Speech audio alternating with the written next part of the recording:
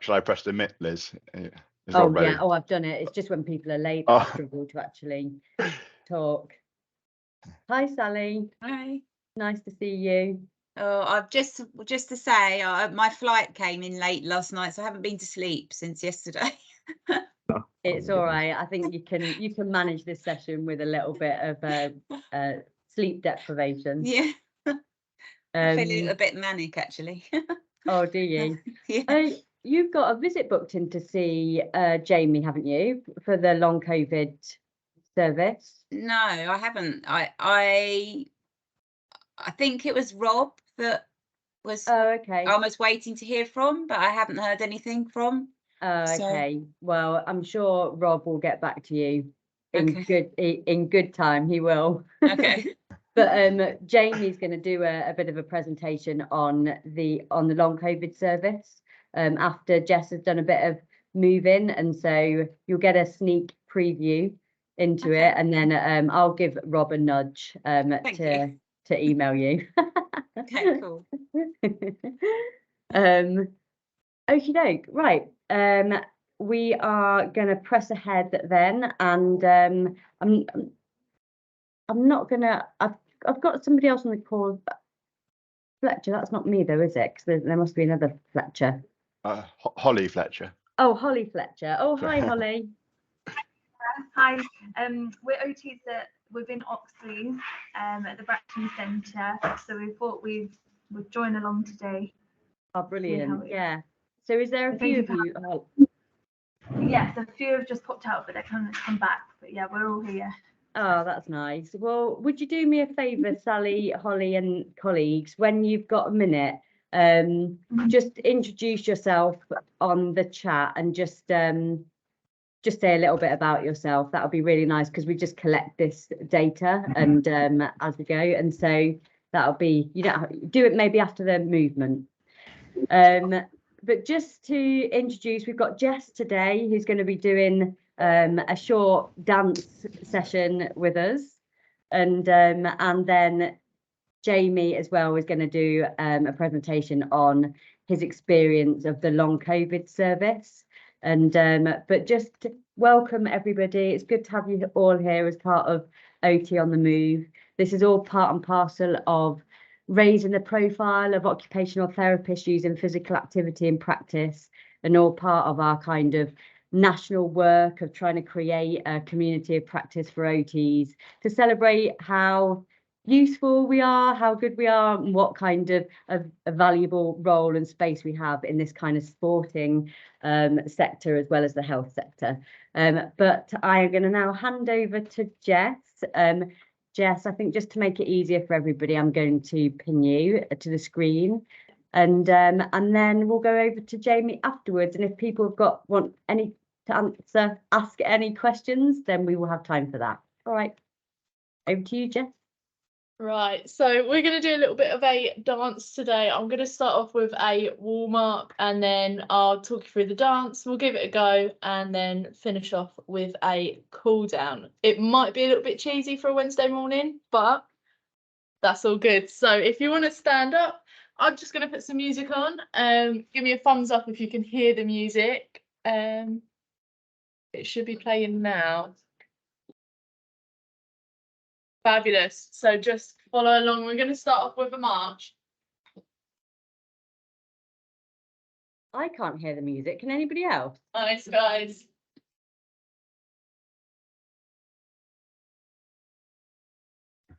Sorry, we can't hear any music. Good, guys. Yeah. Keep that march going. Jess? Yeah. We can't hear. I don't think we can hear the music. Is that any better? No. No.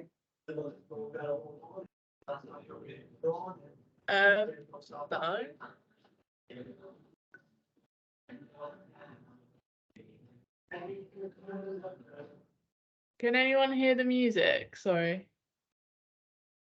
No. Oh no. Very faintly, I heard it just before, Jess. Oh, did you? Get on up. Get on down. That was the one. I'll try again. Anything?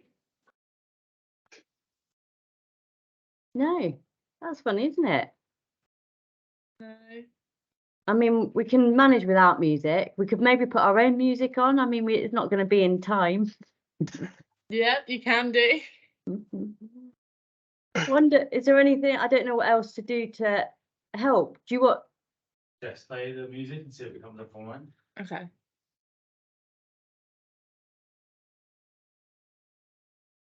Hear it now? no. Oh,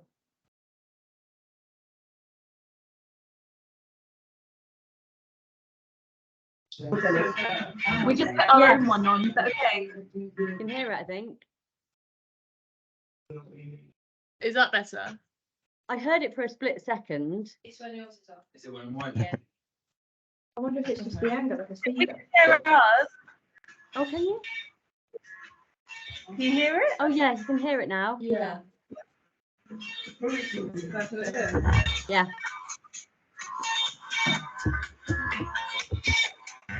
We'll go with it. So going for a march, guys.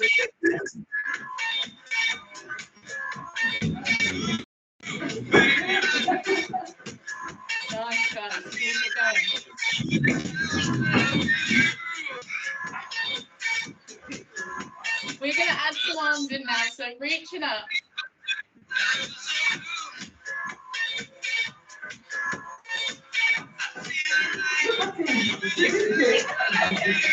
Nice, guys. Good. We're going to open those arms out to the side, reaching over, stretching that side out. Nice. And the other way. One more time, both sides, reaching over. Nice, guys. Good. Bring those hands on our hips now. We're just going to circle those hips round. And changing direction. Nice. Going back to our marches now.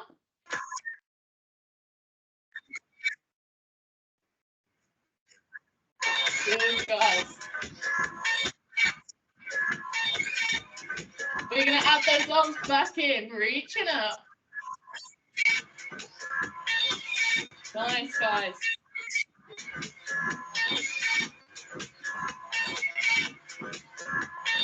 Good. Now we're going to hold those arms above our heads and we're going to reach down towards our toes, stretching it out. And rolling up. We're going to do that one more time, reaching up and down to our toes. Nice. Coming back to stand up straight, give those legs a little bit of a shake out. Standing with our feet apart now. We're going to bend one knee so we're leaning over to the side.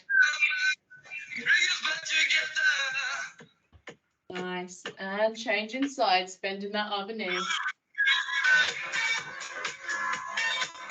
Good. One more time, both sides, bending that knee. Good. And last time. Good, guys. Feet together now. We're going to step back on one foot, bending that front knee.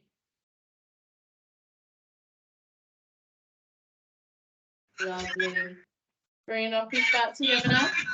We're going to step back on the other leg. Stretching out that calf. Nice, guys. Good. And finally, we're going to put our heel on the floor in front of us. And we're just going to lean forwards towards that foot.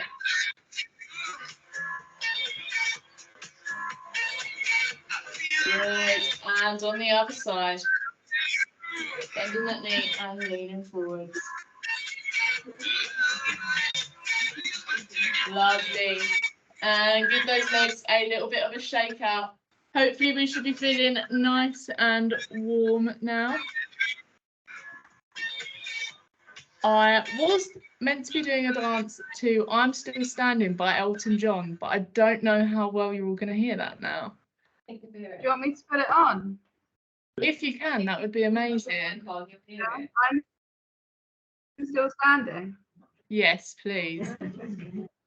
We did hear the music last time. I heard it. Through us.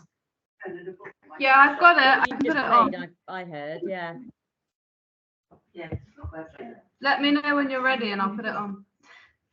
Yeah, if you want to play it now, we'll just have a check, make sure everyone can hear it.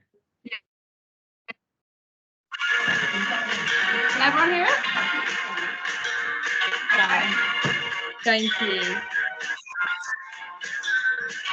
So I'll just start talking you through what we're going to do for our dance. So the first move we're going to do, we're going to flex our muscles. So we're going to step with one arm up, and then we're going to do the same on the other side. So the other one's going to come up.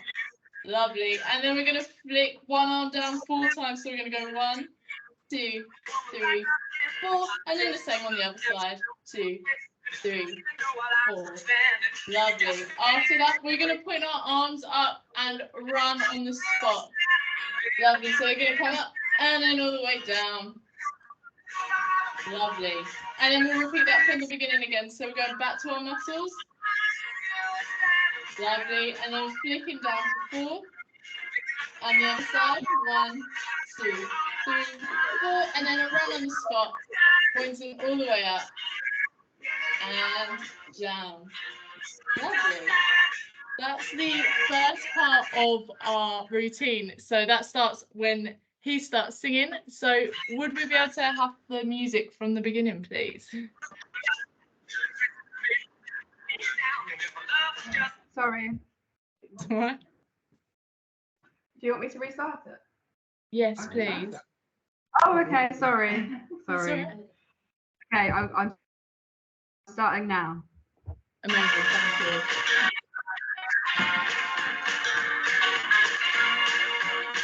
Right, here we go. We're starting with our muscles. Off we go. 1, 2, and then flicking down. Other side. Nice. We're going to run up and down. Going back to those muscles. Flicking it down. Other side. And running on the spot. Nice. Good job, guys. Now I'm just going to teach you the chorus, and then we'll do that the whole way through. So for our chorus, it says, I'm still standing. We're going to circle one arm round, and it's going to land on our hip. And then the other one's going to do the same. So we've got both of those hands on our hips. We're going to shake forward for 4. So we're going to go forward with our shoulders and back up. Lovely. Nice, guys. After that, we're just going to do 4 rolls. So we're going to do 1, 2, 3, 4. Nice. And then we'll repeat that again. So circling that arm round to come onto our hip. And the other one. Nice. Shaking it forwards and back. And then rolling for 4. 2, 3, 4. Fabulous. The last bit I've got to teach you. He says, I'm still. Thank you. He says, I'm still standing. We're going to bend those knees and lean over to the side. And then there's a, it's that bit just there, the yeah, yeah, yes. We're going to reach up 3 times, 1 for each yeah. And then we're going to reach over the other side. So I'm still standing. Yeah, yeah, yeah.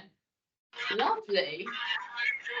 Right, if we're ready, we'll start the music from the very beginning and we'll see if we can do it the whole way through. Okay. Okay, ready? Perfect. Right, here we go, guys. Start with those muscles. Off we go. 1, 2, nice. Flip it down. Other side. We're going to run up and bring those arms down. Back to the muscles. Nice. Flip it down. Lovely. Running up. Good. Ready to circle that arm round. On the other side, shake it forwards. We're going to roll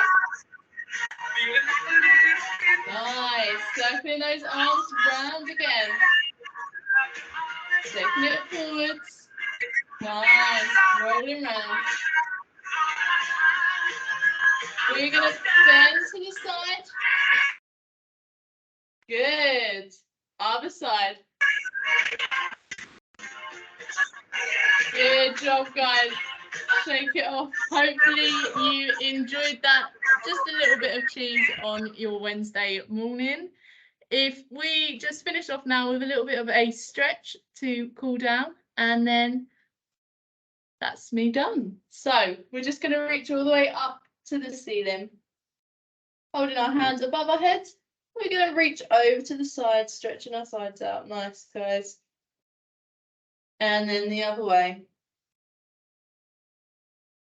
Good. One more time, both sides.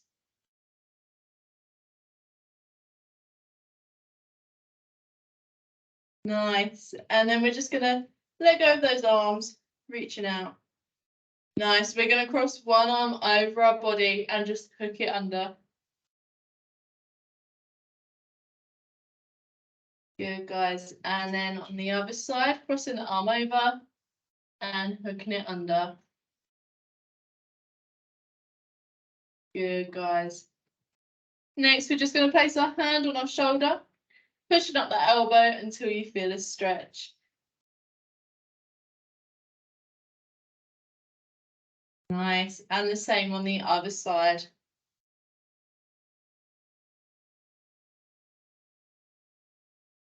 Nice, guys. And then we're going to bring our feet back together, putting that heel on the floor again and leaning down towards it, feeling a stretch up the back of our legs. Good. And on the other side, heel on the floor, leaning forwards. Nice, guys. We're going to finish off now, taking 3 deep breaths in, bringing our arms up as we breathe in. So off we go, breath in. And out. And in. And out. Last time, breath in. And out. Nice, guys. Just give yourselves a bit of a shake off and a clap. Well done. Thank you very much, guys. I hope you all enjoyed. That was brilliant. Thanks, Jess. We should all be starting our working days off like that every day, shouldn't we? I'm still standing. We should probably do it at the end of the day as well. No, seriously, that was great, Jess. I think if we just grab a glass of water, and in between times, as we're just relaxing for 1 minute or so, if people just introduce themselves in the chat, and if there's more of you on one screen, if you all just kind of make an effort to say hello, that would be great. And then we will hand over to Jamie.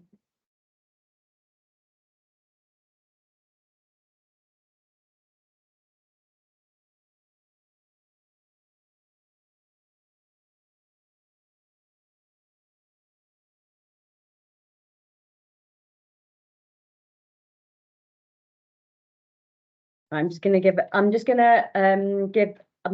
another minute or so, and then we'll get on with Jamie's presentation. Hi guys, it's Alex and Millie. I'm Hi. a physio student here for 5 weeks, and Millie's an OT student here for 4. Brilliant. We just thought it was easier to say out loud than Typing it, because it'll be long type. Okay, yeah, that's brilliant. Hi, Alex and Millie. Hopefully be meeting you both in person in the next few weeks or so. Are you enjoying your placement? Yeah, I am. I've been here for a week already and I'm really enjoying it. So Brilliant. Yesterday was my first day, so I had Crazy Tuesday at Basildon. It's like a baptism of fire, but amazing. So yeah, it was really, really good. And then first time at Riverside today. Oh, nice one. Well, enjoy. And we've got another student on placement, Misha. Do you want to say hello, Misha? I don't know if you guys have met each other yet, have you? No, I don't think so. Misha's in Canterbury, aren't you, Misha? And so you're only actually in Sport for Confidence sessions 1 day per week. But hello. I'm Misha. I'm just on site on a Tuesday and doing a virtual placement the rest of the week from Canterbury Christchurch University. Nice. Yeah. Okie doke. Right, let's move on to Jamie's presentation. Can you see that, everybody? Yeah, we Yeah. can see it. Yeah. Brilliant. Okay, Jamie, I'll try and judge it when you want us to move on to the next one, but if not, just give us a nudge, okay? Yeah, I'll let you know. Over Cheers. to you. All right, good morning, everyone. I hope you all enjoyed the dance, get you warmed up, moving a little bit on a Wednesday morning. So my name is Jamie. I'm an occupational therapist with Sport for Confidence, and I'm also the lead for the long COVID service in North Essex. So today I'm going to talk a little bit about our long COVID pathway. It's a relatively new service that we've started up within the last sort of 6 or 7 months, obviously working with individuals who are experiencing long COVID. Next slide, please. So just a little bit about sort of fatigue and long COVID. So main sort of symptom that we approach and address in long COVID, amongst many others, is fatigue. So we utilize physical activity to try to help individuals manage fatigue, look at how they're sort of managing that symptom in terms of considering how they can adjust their daily lives while they sort of recover and spend that time focusing on actually getting better from the long COVID symptoms. So there's a lot about sort of management strategies. So lots of people experience long COVID. So in my experience, I've had a lot of referrals come through with quite a range of difficulties from individuals who are having trouble just in their daily lives to some who are having difficulty sort of returning to physical activity, whether that be exercise classes or gym type stuff, or even things just like walking the dog and sort of more recreational activities, socializing. There are some similarities to chronic fatigue syndrome in that it can be impactful in terms of the ability to recover from physical activity, manage fatigue in terms of predicting fatigue, and then adjusting for days that are good and bad.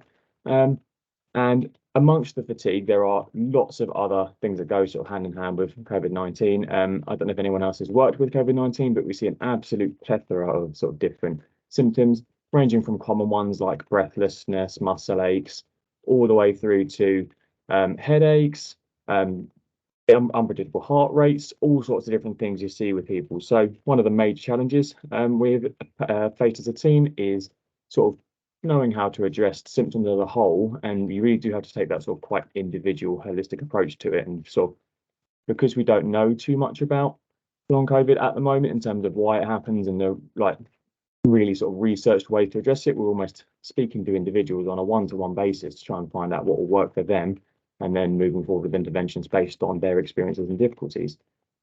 Should we move on from there, Liz?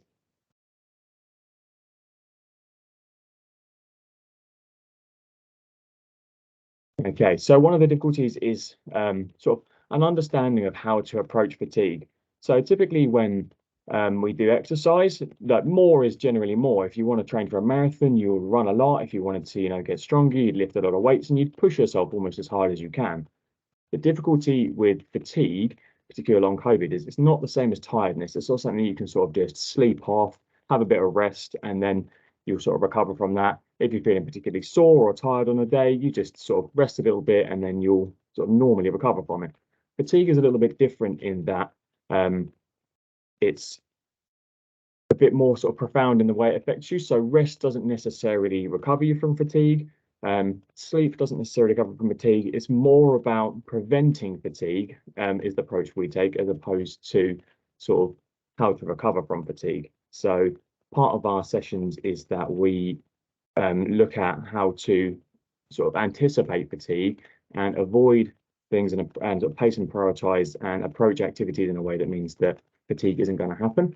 So I think that works quite well for other fatigue syndromes as well, but in particular long COVID, it's more about sort of understanding your tolerance and then adjusting your activities prior to experiencing fatigue as opposed to reactively. Okay, we move on there, Liz.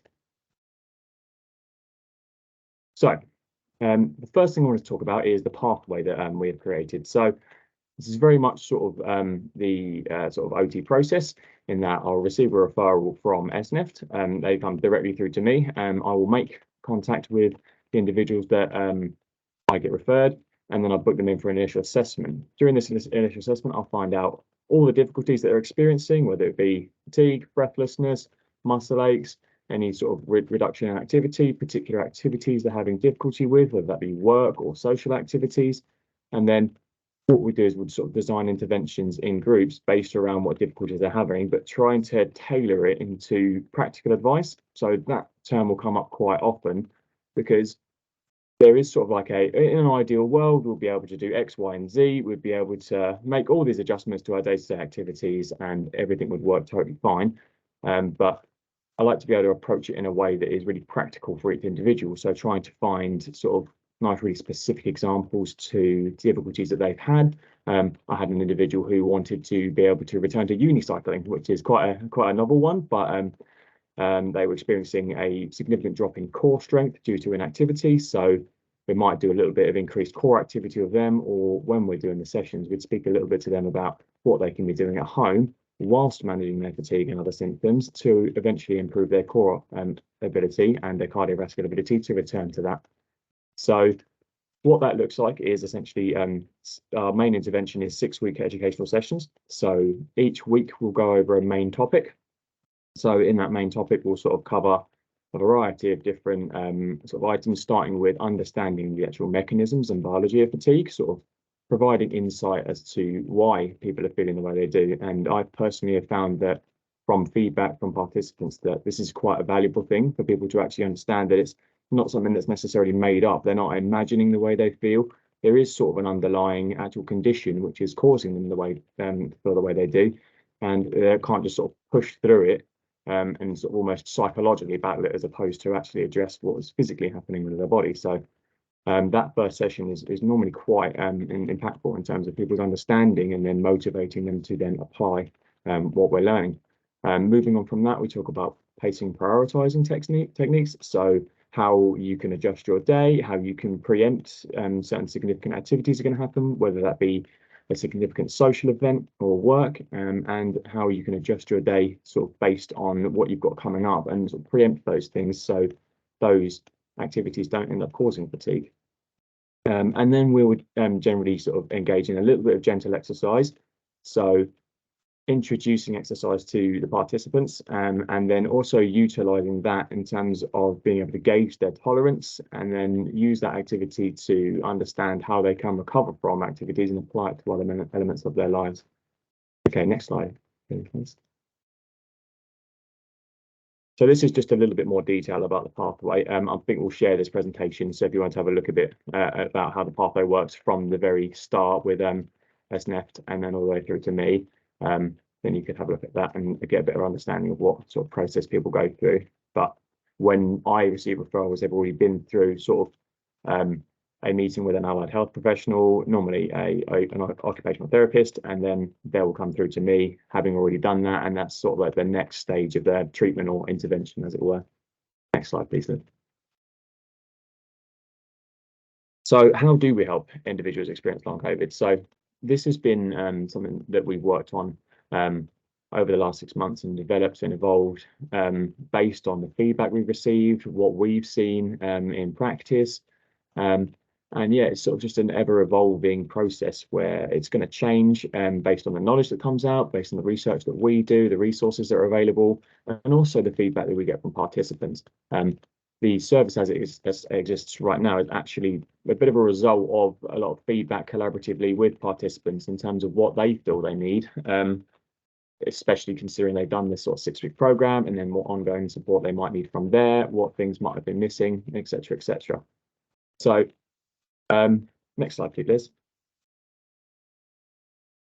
So the first stage, as I spoke about, is education. So this part of the 6-week interventions is we get individuals and groups. So as I said, we'll go through a number of topics. So next slide again, please, Liz.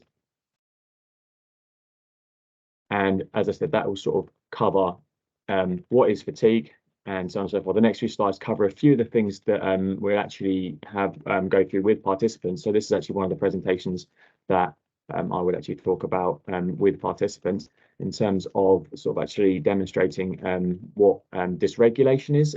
So if someone's experiencing sort of post-viral fatigue syndromes, long COVID, their body can be essentially sort of off kilter, a bit off balance with homeostasis. So their normal body functions aren't sort of working 100%, for want of a better way to explain it. And what this means is that the parasympathetic nervous system, i.e. the response to stimulus, isn't working 100%.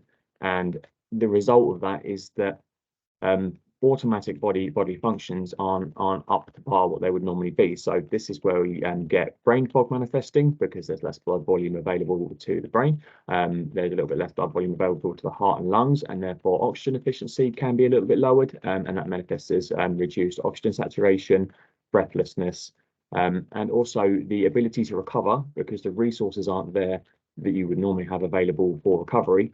They're just not 100%. So the impact of any sort of physical activity or really stressful cognitive activity can mean that they have a increased effect on fatigue due to the reduction of ability to recover. Next slide, please. So one of the major things that we go through is how to use planning, pacing, prioritizing. So we will speak with our participants, once again, trying to make it nice and practical. It's all well and good us sort of giving them a activity diary, saying, right, and get all your activities. They're really sort of energy sort of using ones we'd highlight in red, then the less energetic ones we'd highlight in yellow, and then maybe our rest activities we'd highlight in green, and then we'd arrange them nice and neatly in your week, and then everything will work out perfectly. But I like to approach it from a way where we sort of maybe address issues before they occur, in terms of things not going to plan. So as much as you plan and pace and prioritize your activities, it may be that you have a day that's worse, or it may be that you have a really good day. And how do we adjust for that? One of the more important things that I've noted is to sort of temper someone's expectations of how they might experience each day, particularly in terms of having good days. So feedback I get from participants is that good days almost feel like an opportunity, in terms of if I'm having a better day than usual, I want to utilize that day to do more, to actually spend more time sort of either doing some exercising, getting gardening done, doing chores, you know, doing extra work or whatever I need to sort of almost get ahead, utilize that good day. But what happens is they experience essentially a boom and bust, where even though they feel good at the time, and they can do loads and loads of things, that's more than they can recover from. So I try to sort of teach them to gain an understanding of what their actual recovery tolerance is, in terms of, I know that if I do too many activities today, even though I'm feeling good and I feel like I can do them, it might end up that I have to recover from those activities for 2 or 3 days. So preempting how you're going to feel over the next day or two after engaging in some physical activity, it's quite a significant part of what I found works for a lot of individuals, and where some people are having difficulty, because you almost have to preempt how you're going to feel and retroactively understand when you have done too much, or maybe even too little, when you can actually increase the amount that you're doing. Next slide, please. So cognitive fatigue is another one that we cover. So this is another subject that we would cover in one of the weeks, because it's quite a difficult one to actually sort of overcome. Because you don't have that sort of tangible feedback from the body, where you are physically tired, you're sore, you can notice reduction in your muscle tone. It's quite hard to describe brain fogs, particularly to you know, employers or family and friends, because even more so than physical fatigue, it's a very invisible and sort of you can't see cognitive fatigue. So this leads on to the value of sort of social interaction in that session as well, which I will talk about in a bit. But actually, this has been a very valuable thing to have sort of feedback on, in terms of myself saying that cognitive fatigue and brain fog are real, and what you're experiencing is actually quite a common symptom, and it's often sort of echoed by other individuals in the room.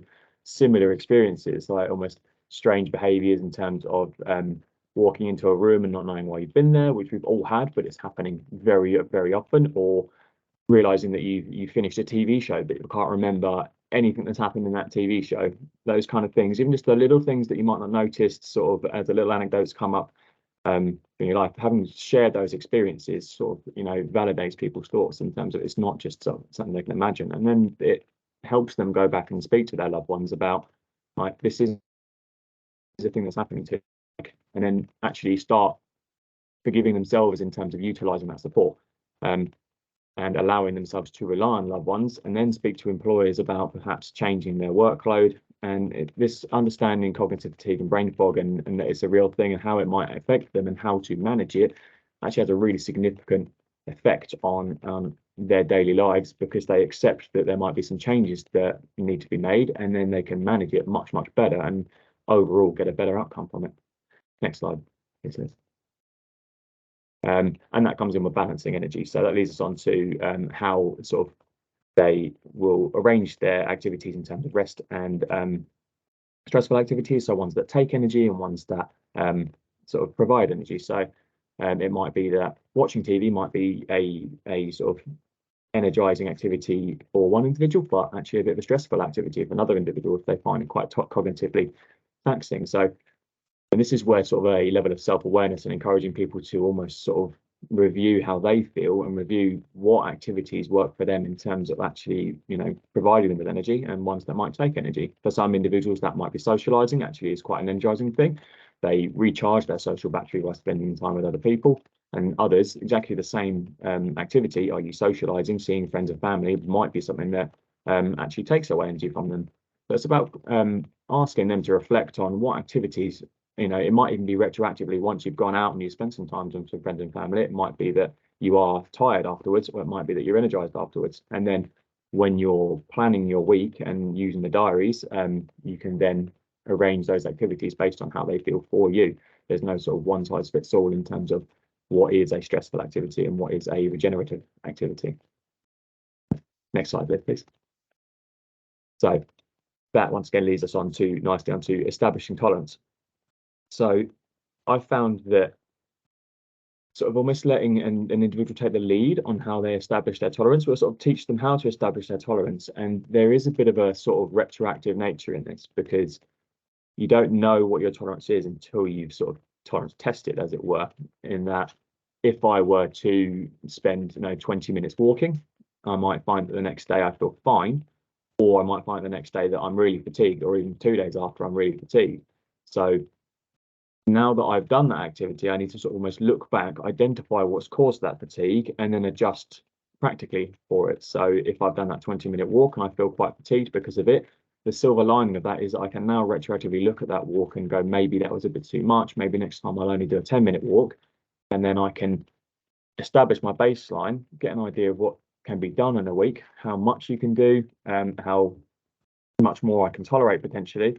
And then I can really slowly up that by increasing the amount of physical activity that I do, and then establishing a new baseline there, and then once again increasing slowly as I recover. So this can look like months, maybe even years for some individuals. Some individuals is faster, but it's also understanding that everyone will sort of progress and change at a different rate. So in terms of practical application, once again, what does it actually look like in terms of what's it actually going to mean in your daily activity? So if you are working, how much work can you tolerate? Are you negotiating a phased return to work with your employer in that you're going to start with 1 or 2 shifts a week? Do you need shorter shifts? And how is that actually going to practically apply to your daily activities, work being quite a significant one? So utilizing that retroactive and the retrospective sort of perspective on how you're feeling based on the amount of exercise or physical activity, not even just specifically exercise, you can then adjust, whether that be sort of personally or whether it be with your employer, to work within your tolerance and enable recovery rather than taking 1 step forward and 1 step back. Okay, next slide, please. So one of the most important things that has been identified from the sessions that we run is the social engagement that they manage to sort of facilitate in the groups that we lead. So having other individuals that relate to the experience that they've been through is extremely valuable, because it's validating in that they can share similar experiences with other individuals. They might not have actually ever spent some time with another person who's experienced long COVID to the degree that they are. So once again, it comes back to this sort of not being surrounded by people who have a perspective or an understanding of how they're feeling. So just being surrounded by other individuals who can relate to their experiences has been identified as one of the most valuable things. It makes people feel quite safe, it makes them feel quite empowered, and enables them to go and take away the learning that they've done, whether it be from the formal teaching sessions or whether it be from conversations with other participants, that it means that they can actually go and change things in their day-to-day life because they understand that this is something that is actually happening to them, and then they can come back and share their experiences, whether it be good or bad, you know, to help each other progress and give each other that support. And I think a lot of the individuals I see do attend and keep on attending because of the social engagement. So one of the changes in the pathway recently is we introduced a second session, which isn't part of the 6-week program. It's just an ongoing thing that people can attend, just to keep them engaging in some form of physical activity that's organised, but also to maintain those social interactions that people have, and that rapport that people have built up with other individuals in the service. So, and that's something that they can rely on and know that's going to be there and present for them, and you know, as long as they need it for. So that's something that we've made a change based on that feedback, is just giving that really ongoing support so they can transition into independent exercise and physical activity. Next slide, please. So this is I actually got really nice. This was just in an email from a participant. They just said because they weren't able to attend one of the weeks, and they just said they really love coming to the groups, and this really encapsulated what the value that they see in the groups is. It's just a place where they can feel authentic, feel real about, be real about how they're feeling, talk to other people and not have people misunderstand them, almost try to talk them out of how they're feeling.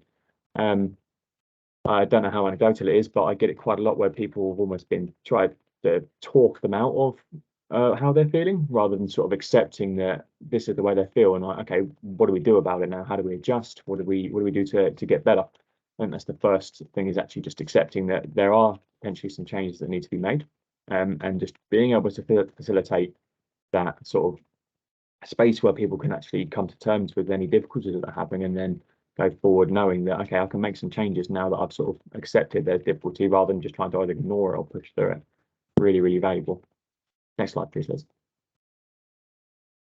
Once again, social environment, sort of, I've already sort of touched on this quite a bit, so I won't spend too much time on coping strategies, but in terms of shared experiences, so we have a number of coping strategies in terms of sort of breathing techniques, anxiety management, reducing heart rate, managing sleep. These are all the things that kind of go hand in hand in terms of sleep routines, quite a big one, managing fluids and diets as well, to help maintain energy, hydration, etc., etc. But the social aspect of it also helps facilitate sort of more individual experiences.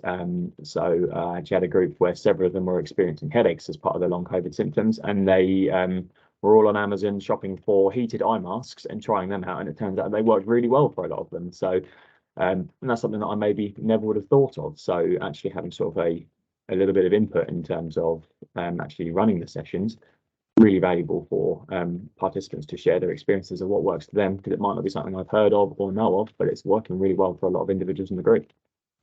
Next slide, please, Liz. So return to work. This is another slide that we share as part of our educational sessions. So in terms of actually negotiating with an employer, so it's something that we can support with quite significantly in terms of actually returning to work, because it's quite an anxiety-inducing process to have fear about your potential ability to carry on working in the future, what work is going to look like as we go forward. It's always positive when we see someone who has a very supportive employer that's happy to make reasonable adjustments, but I have had instances where employers are, quite difficult to work with and aren't willing to make reasonable adjustments, or don't even believe my participants that they have been to see me and had sessions, or, really tried to get better. So I can obviously have some input in terms of actually demonstrating that they've attended those sessions and having that feedback to sort of at least explain that they're trying to do something better, but talking them through how to negotiate a phased return for work is something that I've had quite a lot of value with feedback from participants. Next slide, Liz. And then moving on to the physical activity. So we'll be quite brief on this one because we've talked a lot about it, but it's at the end of the session, we'll do a little bit of physical activity, normally quite low level, normally seated, just to sort of establish a bit of exercise tolerance and testing, and understanding how to approach exercise in a graded way, sort of starting at a really low level and then building up based on what you assess that you can recover after having done that activity. So normally we try to make this nice and fun and engaging, whether we do a little bit of sort of gentle sport, some hockey games, maybe even like a little bit of seated tennis type skills and drills, just to make it a bit of fun and almost make it like people don't feel like they're exercising too much. But it's also applying the knowledge that we've learned in the educational sessions as well. So we can take the knowledge that we've learned through each subject, apply it to the physical activity, and then sort of review how we feel after that activity, and then actually come back with a bit of a sort of a plan on, oh, maybe that activity session was too much or too little. What am I going to do going forward to adjust for it? So, and that's again just really taking a nice graded approach to the activity. Next slide from that on. So this will be the feedback from participants. So this is how we sort of evolve the service. So we like to take qualitative feedback and quantitative feedback. So quantitative feedback, next slide please, Liz. Quantitative feedback gives us a nice sort of a good outcome measure in terms of providing a numerical change in individuals. So the two outcome measures that we use primarily in the service is the fatigue severity scale. Obviously captures one of the most significant symptoms and changes in that, and how it actually impacts someone's day. So it might be that their actual fatigue's not changed very much over the last 6 weeks, but how they're managing it and what they're able to do because of the way they're managing their fatigue has changed quite significantly. So that one captures that really nicely, and we have seen quite a substantial increase in ability reported back from our participants. And the other one is an EQ5D5L, which is going to capture the overall changes in health and well-being, including psychological health and social health, which once again is generally seeing quite a significant increase because of the extra engagement people are taking part in the sessions, and also how they're managing their symptoms. But I find personally most valuable the qualitative outcome measures. So this comes in the form of participant feedback, whether that be formal through testimonials or actual experiences shared week to week between the participants who come to us. So for example, I had a participant came and they said for the first time ever, they managed to sit down with their daughter and they read a book to her for an hour and a half, and they even said, oh, it doesn't sound like much, it sounds a bit silly. But I was like, no, that is really a significant thing. That's such a substantial and really amazing thing that you can do that doesn't get captured by a quantitative outcome measure. Like you can't put a number to that. You can't put a number to that experience that they've had. So I find that those experiences and that feedback is the most valuable in terms of what we've done is actually, once again, practically had an impact on someone's day-to-day activities. And they come in and they say, oh, it's a silly little thing, but it genuinely isn't a silly little thing. And it's little things that build up to a really, really big change. And they realize that they no longer have to sort of plan each activity and pick, oh, which one of these activities can I do today? They can just go about their day. They still have to be sort of cognizant and aware of how they arrange their day, but they can sort of go about their day without having to really think about which activity do I have to miss today because of my fatigue. So how it actually affects someone's day-to-day activities and those experiences and that feedback I find to be the most valuable. So in OT, we're quite heavy on the qualitative outcome measures in terms of participant feedback and experiences, but that really does demonstrate the value to me of what I'm doing, and that's the most rewarding moments of when people come back with genuine change to their day-to-day lives. Next slide, please, Lynn. So just to finish off with, there's a case study from a participant, Sarah, it's a pseudonym. So she took part in the long COVID pathway. She's now finished the 6 weeks and has moved on to the exercise classes, which take place afterwards. And she's still coming along to those as well with a lot of other peers and friends that she's made throughout the sessions. So when I first saw her, she was experiencing extremely low mood and a really significant reduction in physical activity, which is quite in line with the sort of general individual that I see. And then after taking part, she's now being able to engage in more physical activity. So she's an individual that perhaps hasn't had massive increases in terms of her sort of recovery from fatigue and the impact of fatigue, but just having that social environment and that sort of cognizant approach to how to manage fatigue and other symptoms, she's experienced a real change in how much she can do. So she's managing to now drive for the first time in, I think it was 18 months. I said she hadn't driven before. So she's driving. She's negotiated a phased return to work, which she's now doing as well. So she's working for the first time.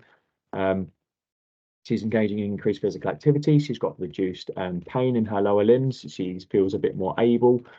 She previously was avoiding stairs and she now can use stairs. So I say she hasn't had to have that many changes, but really when you get the small changes and add them up, overall, it's a really significant change. So, and then on the following slide, we have a testimony from Sarah as well that she kindly provided to me and I'm happy for her to share in terms of what she feels the benefit. So she summarises what the sessions are in terms of what she's benefited from them in terms of sort of adjustments at work, adjustments to day-to-day activities and symptom management, but also how valuable, as I said earlier, she's found it to be able to talk to others who experienced long COVID and how to manage their symptoms based on the educational sessions that I provide and then the interactions she's had with other individuals. So particularly psychologically, she says she felt alone and was suffering with her mental health, but now feels much more understood, and this is just put her in such a more positive space in terms of how she's feeling, and just a better place for her to be improving and then taking part without feeling sort of, psychologically unhealthy, as it were. The last slide is just a few resources that we utilise. So there's lots of information on the RCOT link that's there, lots of information from the NICE guidelines as well. So if you want to go have a look through those, or also my email address is there if you do want to get in contact and have any additional questions after today. So I'll stop there. If anyone's got any questions, please do fire away. Thanks, Jamie. That was great. That was really interesting. Just shows really clear how OTs have obviously got a real role kind of supporting people with long COVID. So I've not really heard too much about long COVID services before. Yeah, brilliant. Clap, clap, clap. I don't know if anyone's got any comments or questions and or whether anybody's worked in a similar area. I wondered, Jamie, just from your perspective, like what does it make much of a difference, the fact that you're based in a leisure centre as an OT running this service, do you think? I think there's plenty of positives to working in a leisure centre. I think people do find it a little bit strange when I first get into contact with them and they're like, oh, it's at the leisure centre, which is and there's like, oh, am I meeting you there? Where am I meeting you? Like I feel like they almost expect to go into a clinic or into a hospital. So I feel like it sort of removes that clinical environment, which some people can find a little bit daunting, and it feels like they're sort of transitioning into a more of a community setting. So I think that actually facilitates the treatment a little bit in terms of they're more engaged in it and they're less apprehensive about what they're going to be doing. And it also does sort of demonstrate the sort of emphasis on physical activity. But there are some difficulties in terms of helping individuals understand that it's not just going to be like gym-based exercise. It's not like a personal training session or anything like that. It is definitely like a healthcare service, and we're looking at holistic health. So it's not just about the physical activity or exercise-specific activity, I should say. It's more about actually translating the experiences that we have here. Although we're in a leisure centre, although we're engaging in exercise, it's more about what their lives look like outside of that area. And do you has anyone else got any questions? I was just going to say I'm obviously from a slightly different background with physio and being a physio student, but I've had some experience with the long COVID service that Provide does down at Brumfield and Whittam and Malden, places like that. And I sort of sat in and helped run those sessions, and it sounded very similar where I think they tried to base it off pulmonary rehab first, because that's what they've been doing for years and years, and they know that, but they do like the exercise and then they do the education bit on the end. So it sounded very similar to like what you were describing there with what you were doing, Jamie. Yeah. And yeah, so I know the individuals who work in that service, and they're obviously lovely people.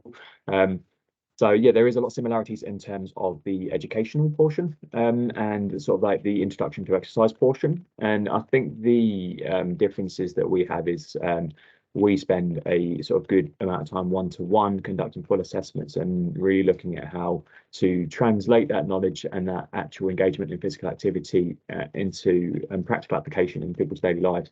I think they get a good foundation of knowledge from similar services, even SNF, the long COVID service in NHS there, who referred to myself, cover some of the same kind of content. There's a lot of similarities there, but it's about transitioning. And this group is generally about moving people from a service or a clinic into sort of independent activities. Sally, do you want to go? Thank you. Yeah. So I'm an OT working in the West Hertfordshire long COVID service, and a lot of what you're doing, Jamie, is kind of what we're doing, but as a multidisciplinary service. But what we're not doing is, although we discuss it, but we're not doing any of it, is the exercise element, and which is what our service lead is looking to develop. So that's really interesting. I'm really keen to come down and see, you know, that part of it, how that sort of fits in. Absolutely.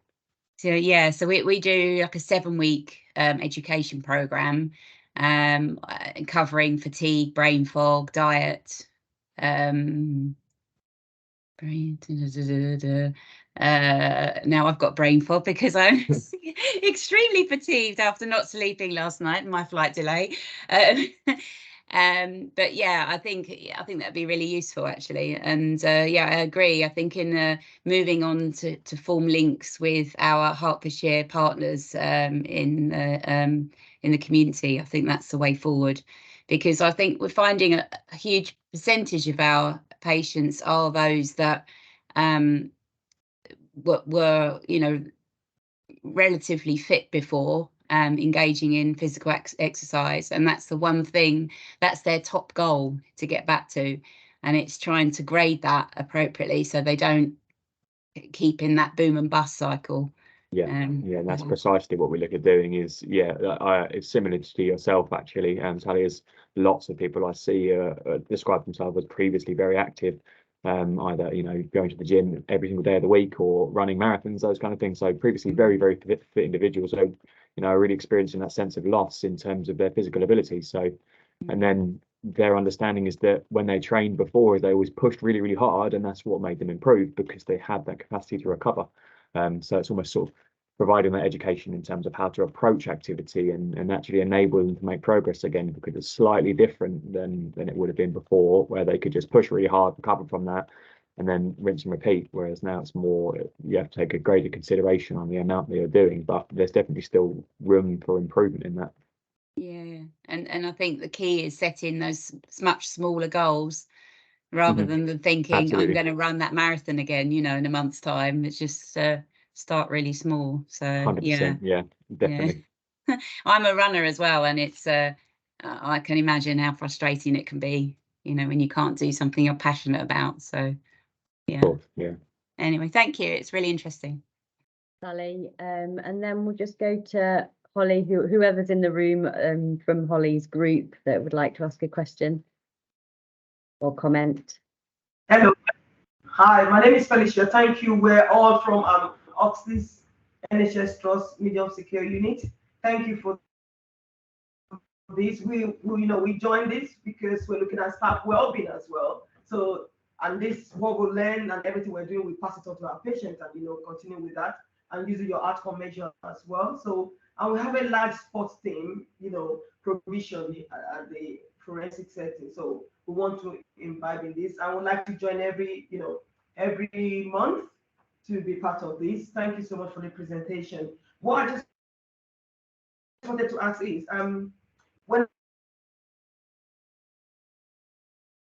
I look at referral initial assessment, interventions, and you have the 6 weeks group sessions, after which you have the mindfulness group session. So I was wondering,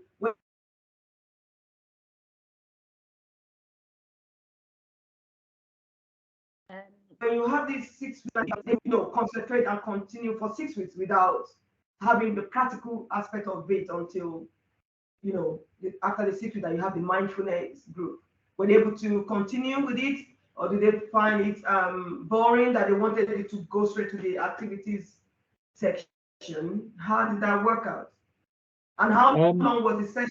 An hour, half an hour? How long did you have it for? So the sessions are an hour. So generally about 45 minutes of that is that educational portion. I find that the group almost sort of, for want of a way to explain it, almost runs itself.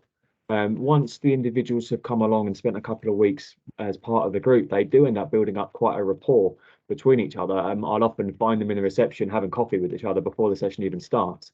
So a lot of that session, I will generally sort of introduce the topic for the day. So, for example, if it was cognitive fatigue, I'd say this is cognitive fatigue. I'd run through a really quick presentation, and then I would get them to sort of almost lead the conversation themselves by speaking about experiences that they had related to the topic. And normally conversation just flows quite naturally. So even if I need to sort of prompt it by saying, oh, has anyone had any cognitive difficulties? Sometimes they'll say, no, not really, just a bit brain fog. And I'm like, well, what about these things? So it says someone, you know, had difficulty reading, difficulty driving. And as soon as I prompt like that, it gets the conversation flowing. So, and then I often have a bit of difficulty, you know, keeping the session within the hour, as it were. Sometimes I've overrun and even done hour-and-a-half sessions because people just get so engaged in conversation, because it's just, it's quite novel for them to have an environment where there are other individuals who are in the same position as them. So just facilitating that conversation, and those sessions will just almost run themselves after I've sort of done the educational bit and so they do remain quite engaged and find a lot of value in the session. So yeah, most people, I've very rarely had someone who doesn't come along to all 6 weeks. I think 95% of people I've had come along and then they will do the entire 6 weeks, and then their feedback is that they almost wanted more of it. So yeah, it works really well. Jamie. Thank you so much. Thank you. Thank you. It's we're just over 10:30, and unless anybody else has got any burning questions, might close. But just to say thank you for everybody turning up today, and really welcome Holly Fletcher's team. And if you want to be here every month, then great. And Sally, we'll get you a visit booked in with Jamie ASAP. I think Jamie's email is part of that presentation, but I'll make an effort to introduce you both straight after as well.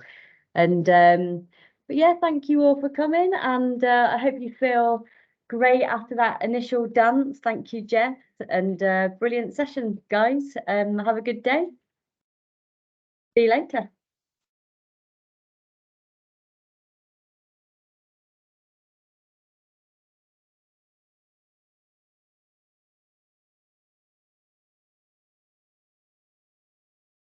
Hi, Jamie. Thanks for that. It's great. It was really good. No worries.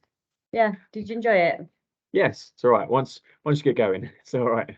Yeah, but it was really clear. It was really clear, really easy to follow. And it's well, I just found it really helpful because it's just really nice to have an insight into different projects that are going on across the service as well. And it's obviously quite different to what you might experience at, say, a typical day at Basildon. And so it's really nice to get that difference. So yeah, so thank you anyway. It was great.